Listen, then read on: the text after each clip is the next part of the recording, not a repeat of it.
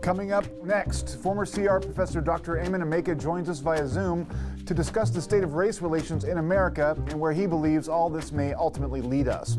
Also, sophomores, juniors, and seniors at Cal Poly Humboldt are expressing outrage that housing opportunities through the university will now be limited to freshmen and transfer students. Coming up now on Headline Humboldt.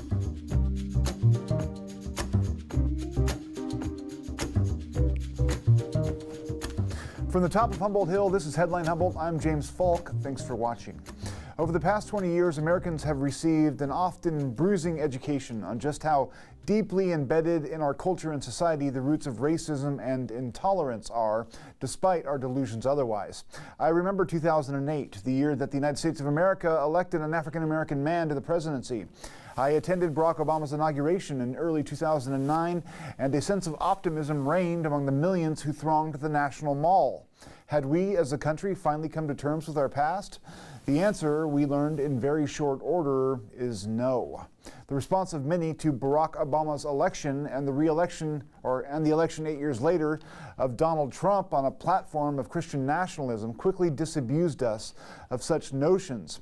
Now here we are, after Obama, after Trump, and we're left with the last 20 years of political history trying to unravel just who and what this country is now and what it will become in the future. As a young, fresh-faced college kid, I was drawn to a class that sought to explain the roots of racism and prejudice. It was taught by a young black professor, Dr. Amon Emeka. He wasn't a doctor at the time, though, who proceeded over the next several months to reshape many of my fundamental ideas of race and identity, notions I had inherited from my family and their broader social surroundings. The class inspired me, and over the years I'd often thought back to that class, to Dr. Emeka, wondering how he would have interpreted the events of the last 20 years and what they have meant for this country, bad and good. Tonight, I get to find out. Now a professor at Skidmore College in New York, Dr. Emeka joins us via Zoom. Thanks for joining us. Thank you so much for having me. Pleasure to be here. Yeah, this is a real treat for me. You have your college heroes or whatever, and I was certainly blown away by your class, Sociology 5, Race and Ethnic Relations. It was interesting, or it was important for me, because I came from a family that was rather backward in that regard, as a polite way of putting it. There were some notions that were running through the family milieu that were racist, put plainly. And it was necessary that I hear from someone who had a different perspective and could sort of break open the psychological and sociological roots of racism. But I remember, you were teaching at CR, and you were a black professor in a largely white campus, and I remember wondering about your experience. So let's start there. How was your experience teaching in a largely rural and white population of Humboldt County? Yeah. Well, first, I would just point out I was also I would say I was also young and fresh-faced as well. That was my first job. Yeah. I will say, on the whole, on balance, I would say the experience was challenging and trying, professionally and personally, a lot of the time, but super rewarding as well.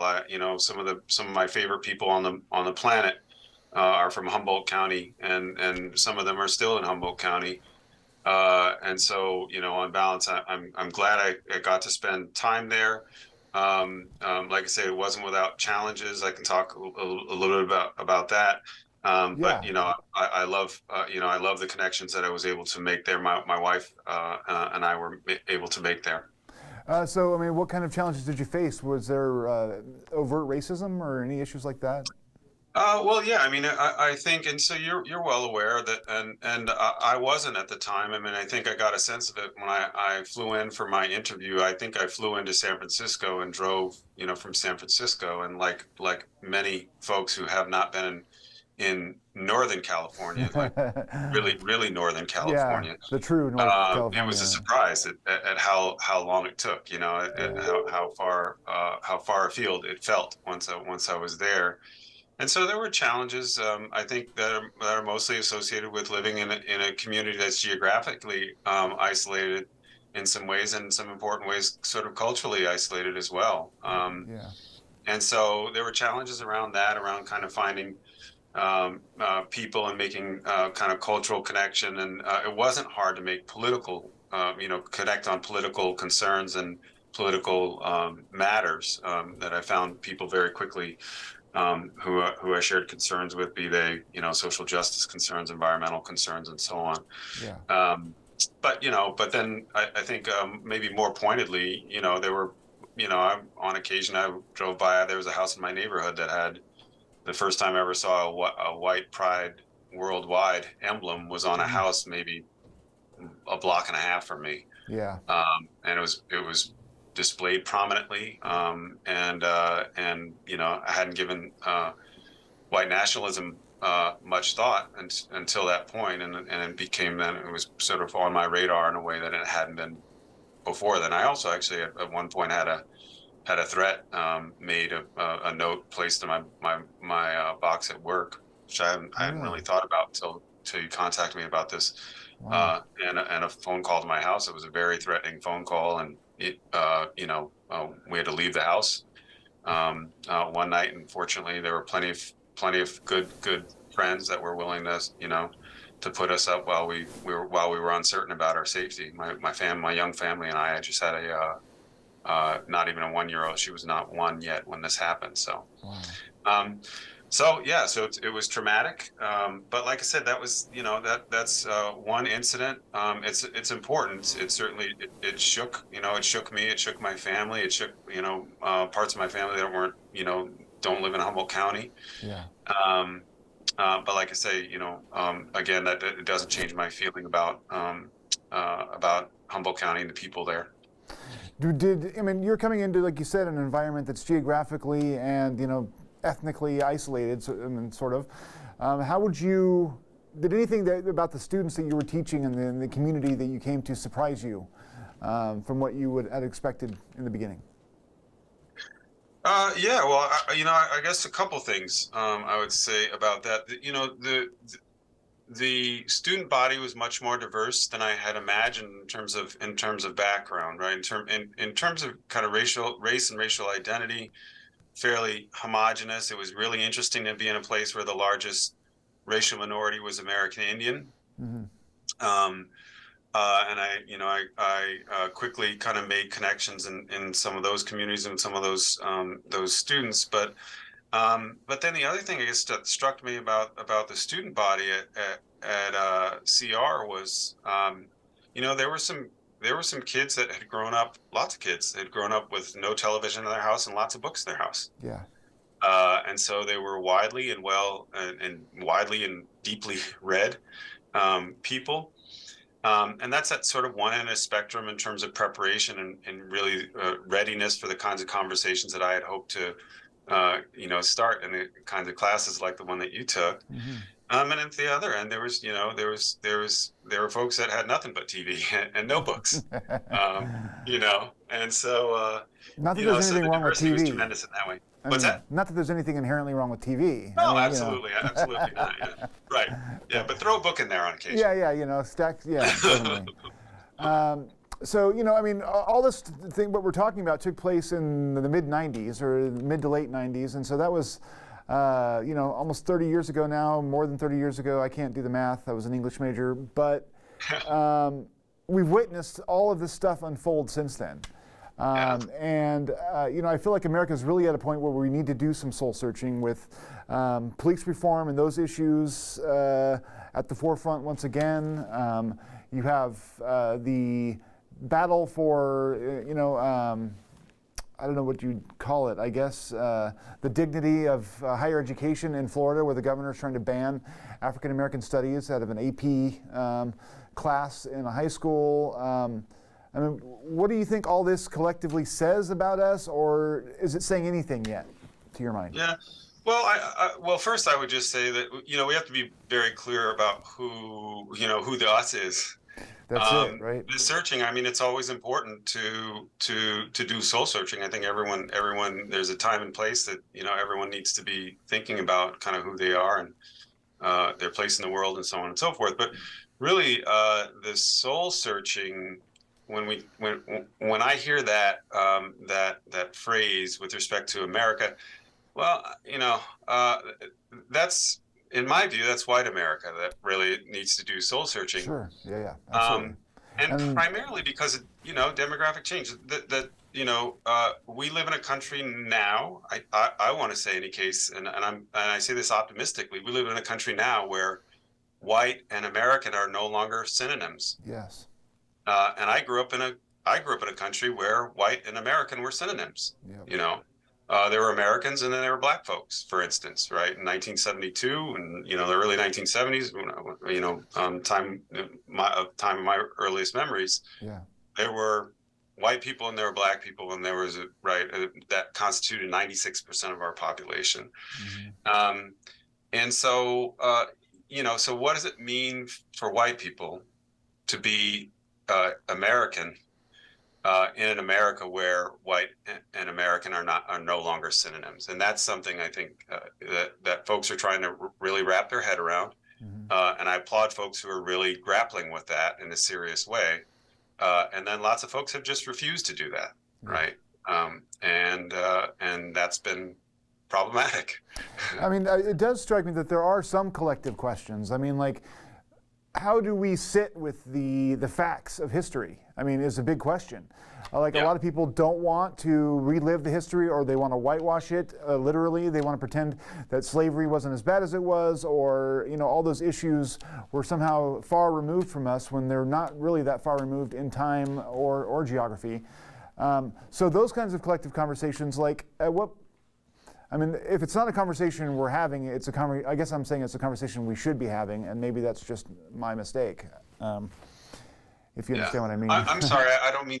So what conversation are you referring to? Well, just this. I mean, the idea of, I said that there needed some soul searching going on, and you mentioned that white America should do some soul searching. But I was saying that there's a collective conversation to be had about, as a country, how do we handle the history of things and give it give it its due in terms of history and its importance and all that's come since. And that's a collective conversation, is all I was saying. Sure. Yeah. Well, I guess, these are tough questions, partly because, they operate at sort of different levels of analysis or aggregation. Mm-hmm. And I guess what I mean by that is that I think we ought to be talking about our institution, the history of our institutions, the historical functioning or dysfunctioning of our institutions, and the contemporary functioning or dysfunctioning of our institutions, as we are, and again, in sometimes in very encouraging ways, right? The sort of our grappling with three strikes laws, right, and the kind of the overturning of certain of those laws is a huge institutional step. It's not the end all be all, but it's a suggestion about direction that that I like. Mind you, that there's some bit ambiguities about motivations for that, but in any case, that's us. I think thinking about our institutions, thinking about the history of our institutions, and then moving forward. But that's one level of analysis. Another level of analysis is so we've got a system, we've got institutions, we've got practices that are institutionalized. But then there are also sort of habits of thought that operate, more or less kind of on a more individual level. I mean, they come from somewhere, but once they're in there, right, then indeed we have to deal with those habits of thought. And so I guess when I'm thinking about grappling with the really central questions of our day, it's really two sets of questions. And one set of questions, how are we thinking about things? How are we thinking about one another? But then also, how are we dealing with one another vis-a-vis or by way of institutional practices and institutional arrangements, right? So what does the legal establishment look like? What does a medical establishment look like? They both have lives of their own. And there are questions around that, and then there are also questions around me as an individual, how I'm thinking, and how I'm thinking about my fellow people, right? My compatriots. I mean, complexities abound in every direction, and that's part of one of the reasons why I think people like to ignore it is because to dive into these topics can be threatening for both sides.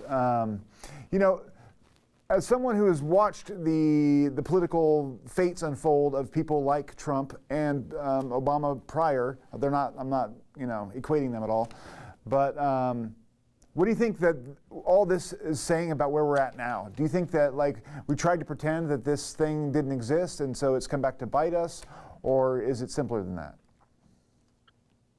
Well, I mean, again, I guess I feel like this. The developments over the last, decade and a half or so, for me, have me more thinking. I mean, in some ways, and so I should say that, you referred to me earlier as an African American person, and which I am. Half my ancestry is African, and half my ancestry is European, and so I have a foot in both worlds in some important ways, and the conversations that I have on the different sides of my family, leave me really feeling like it's really, again, so it's well, on one hand, I have Black ancestors and Black relatives who have for a long time, they've been longtime educators, and so they've been doing work of educating in math and in history and in English and so on, but also in, Black history, in lots of formal and informal ways. And so in many ways, the flavor of conversations that I've had with them has not changed that much. But the flavor of the conversations that I've had with the white half of my family has, and that's where the real kind of roiling is, in terms of trying to figure out, where do I belong in 21st century U.S. society, and whereas that's a question that I don't, that is less at the front of our minds in many Black communities, in my humble, personal opinion. No, I mean, I think that underlines your earlier point. Yeah. So. Yeah. But I would say, I mean, about Barack Obama and Donald Trump, and that really radical transition from a slogan of hope to a slogan of making America great again. A radical transition that I think speaks to, again, that roiling of who are we, right? That indeed the election of Barack Obama really triggered, and folks who are in various ways anti-Black, anti-socialist, Islamophobic, nativist, anti-government, right? So there was sort of kind of something for everyone who's roiling with questions of identity and belonging, and so that, I guess that was my takeaway from that sort of radical transition from an Obama executive to a Trump executive, was, wow, these are deep identificational issues, most of which I'm not really tripping about. I mean, I'm not tripping about, again, is our society Democrat, whatever, capitalist or socialist. I have feelings about that, of course, but I'm not losing sleep over that in a way that I think many, for lack of a better term, white Americans are losing sleep over their country being taken from them based on the faulty notion that this country is somehow more theirs than other people. Yeah. That's a brilliant point. And I mean, real quick, for people who may not know the difference, there is African American studies as a topic, and then there's also critical race theory. Could you give us a brief explainer on what the difference is and why they're both important? Yeah. Well. So first, I mean, it's the first difference is evident in just the title that you just said. So one is a field of study, one's a discipline. Yeah. And one is a theory that is critical race theory is a theory that can be applied across disciplines, right? Across philosophy and sociology and economics and music studies and so on and so forth. But African American studies, typically has been the study of the cultures, histories, economies, sometimes, and the politics of Black communities in the U.S. Mm-hmm. And so and these are communities that have often been overlooked, right? There are millions of stories that we could tell about American life, but we tend not to tell. Again, in U.S. history, we tend not to tell, historically, certainly, and I think still to a great extent, we tend not to tell stories about Black communities, perhaps Black, exceptional Black individuals, but not so much Black communities. Yeah. And so African American studies is partly a response to that, right? That deficiency in mainline sort of core curricula in primary, secondary, and post-secondary education.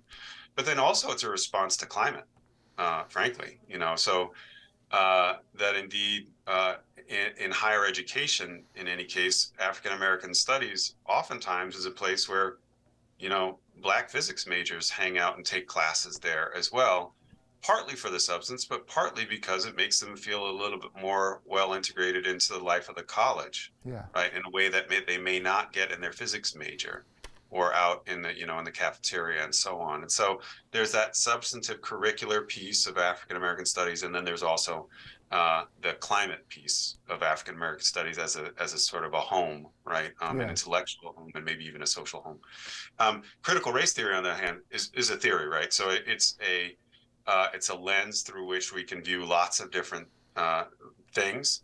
At the root of it, and it's more complicated than I can talk about it like here. But I will say that at the root of it is an understanding that our institutions and most of our social arrangements are born of 18th century, 16th, 17th, 18th century racism. And so if you look hard enough at any of them, you will find legacies, remnants, carryovers, and of those older patterns, of those older racisms. And so it's like a lot of theories. Indeed, it's a difficult one to falsify, because of course, again, if you look at the history of any institution in the U.S., they were all founded by racist people, many times unabashedly racist people, oftentimes pursuing racially exclusionary ends. And so it doesn't feel very revolutionary to me to say that indeed whenever I look at anything, I'm going to look for the ways in which race bears upon it. Whenever I look at an institution or look at a history or look at a community or whatever, it's probably not far, if it's not on the surface, it's not probably far below the surface. That is the impacts of race and racism.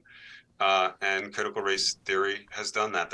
My first introduction to critical race theory, this is just by way of an example, was I did some statistical analysis. That's kind of my bag these days, is statistical analysis in graduate school back in the early 90s for a legal scholar who was doing what she called a Black critique of the IRS code. And she was the first person I ever, heard say critical race theory, and she said it's a critical race take on the IRS code. So what we're going to do is go into the IRS code and look at the ways in which it's favorable to white people and or disfavorable to Black people. And we identified lots of different ways that was true. The marriage penalty is something that we've dealt with, again, and we've taken an important institutional step in that way. But lots of things that on the surface seemed kind of pedestrian and, in any case, unremarkable. Not great consequence. But unremarkable, but then they need to be held up and seen for what they are. We're out of time, Amon. I appreciate you coming on the show. I don't feel like we barely scratched the surface, but your insights reminded me. So I'd like to have you back on the show. Can we do that sometime? Sure. Right. It's great talking to you, James. Yeah, it's great talking to you, man. You really did inspire me back in the day, so I appreciate you. All right, I appreciate that. Okay. Likewise. All right, have a good day. All right, take care. We'll be right back after the short break. My name is Harry Lynch. I'm the writer, director, and producer of Now Hear This. Now Hear This takes you to locations like you've never seen before and brings you great music from our most celebrated composers. To Vivaldi. Cheers. It's a chance to see and hear a lot of new and amazing things. PBS is the perfect home for this. There's no other network in the United States that does this kind of content. Programs like Now Hear This could not happen without your support. I'm a member of my local PBS station, and I hope that you will become one too. Thank you.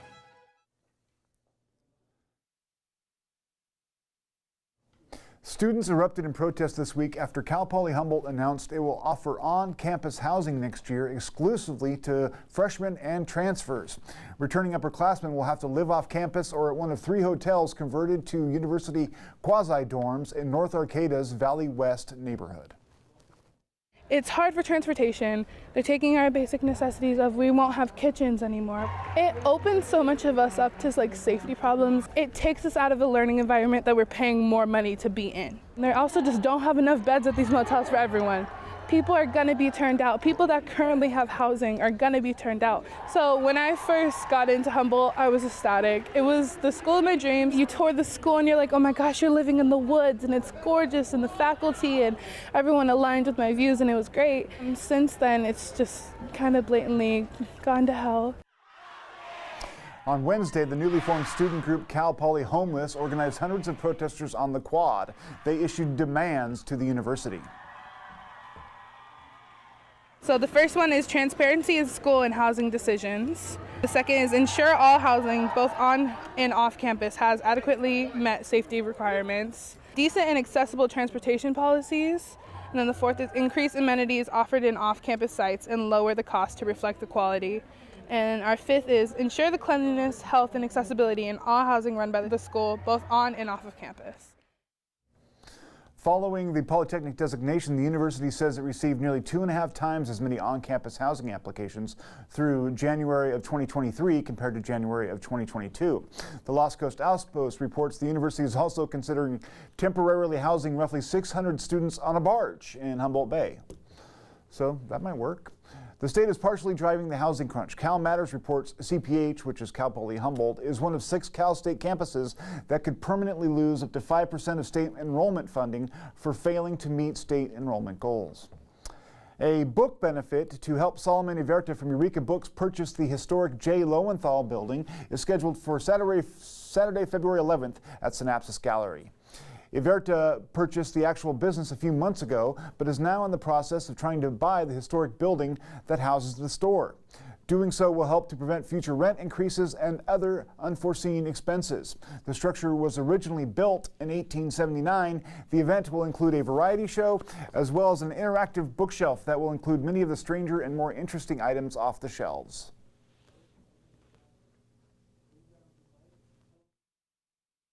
So that will be held at the Synapsis Union, 1876 Union Street in Eureka, and the doors open at 7 o'clock, and this variety show starts at 8. So thanks once again for watching on Headline Humboldt. We'll talk to you again next week. Stay tuned, stay informed.